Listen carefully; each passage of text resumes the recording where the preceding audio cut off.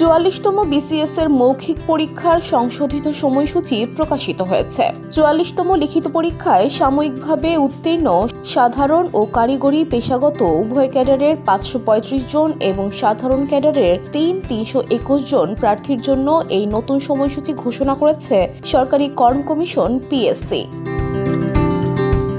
PSC জানিয়েছে, সংশোধিত সময়সূচি অনুযায়ী মৌখিক পরীক্ষা শুরু হবে আগামী 22 এপ্রিল এবং চলবে 16 জুন 2025 পর্যন্ত। পরীক্ষা অনুষ্ঠিত হবে সরকারি কর্ম কমিশনের প্রধান কার্যালয়ে, আগারগাঁও, শেরেবাংলানগর, ঢাকায়। কমিশনের নতুন সিদ্ধান্ত অনুযায়ী 22 এপ্রিল থেকে 16 জুন পর্যন্ত 44তম বিসিএস এর মৌখিক পরীক্ষার সময়ে 46তম বিসিএস এর লিখিত পরীক্ষায় অংশগ্রহণকারী প্রার্থীদের মৌখিক পরীক্ষা স্থগিত থাকবে। এর ফলে 8 এপ্রিল প্রকাশিত পূর্ববর্তী মৌখিক পরীক্ষার বিজ্ঞপ্তি বাতিল করা হয়েছে এবং এই সংশোধিত বিজ্ঞপ্তি জারি করা হয়েছে।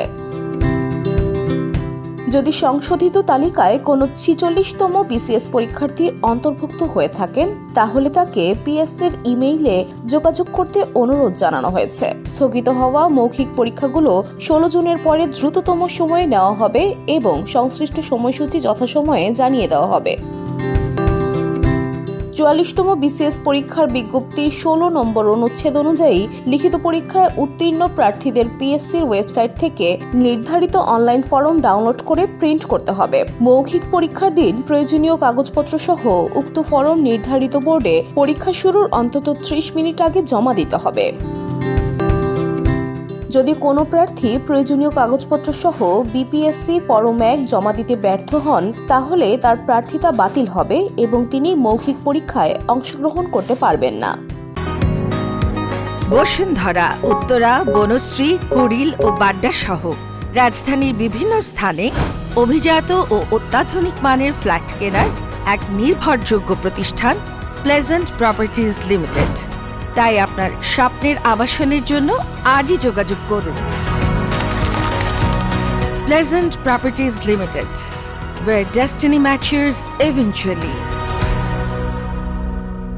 এই বিসিএস-এ মোট 1710 জন কর্মকর্তাকে বিভিন্ন ক্যাডারে নিয়োগ দেওয়া হবে। এর মধ্যে প্রশাসন ক্যাডারে 250 জন, পুলিশে 50, পররাষ্ট্রে 10, আনসারে 14, নিরীক্ষা ও হিসাবে 30, কর ক্যাডারে 11, সমবায়ে 8, রেলওয়ে, পরিবহন ও বাণিজ্যে 7, তথ্যে 10, ডাকে 23, বাণিজ্যে 6, পরিবার পরিকল্পনায় 27, খাদ্যে 3, টেকনিক্যাল ক্যাডারে 485 এবং শিক্ষা ক্যাডারে 776 জন নিয়োগের কথা বলা হয়েছে।